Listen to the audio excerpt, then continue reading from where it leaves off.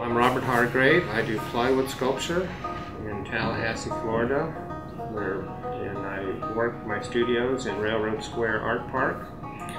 And my craft is about taking a rather ordinary material and transforming it into an exotic visual experience. When I get an idea, I contemplate whether or not it'll look good with my technique, with my material, and I want the lines to have a sensual quality to it, and so the design has to have some movement, something interesting to it. So I'll make a pattern, trace it to wood, cut them out, laminate them, glue it together, and then carve it with sanders and grinders.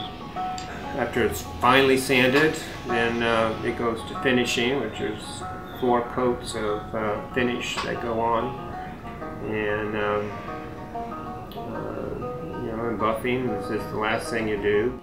The grinders now that I use for carving, they weren't really designed for that, but I use the grinders as someone would use a hammer and a chisel.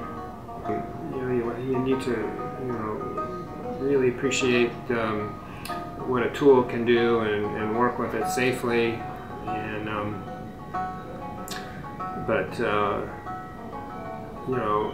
it's satisfying when you have a piece completed and you had an idea and you executed it and it came out pretty much how you want, or you were surprised and came out better.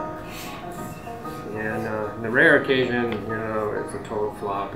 But after 40 years, I have a lot of tools, I have a lot of experience, and that really helps. And you can only gain that experience by working at it. And you try this doesn't work, you try that, and then you find which works best. I've been doing it a long time, and it's been had a lot of ups and downs, but I feel like pretty fortunate to have been my own boss for this length of time, and plan to keep on doing it.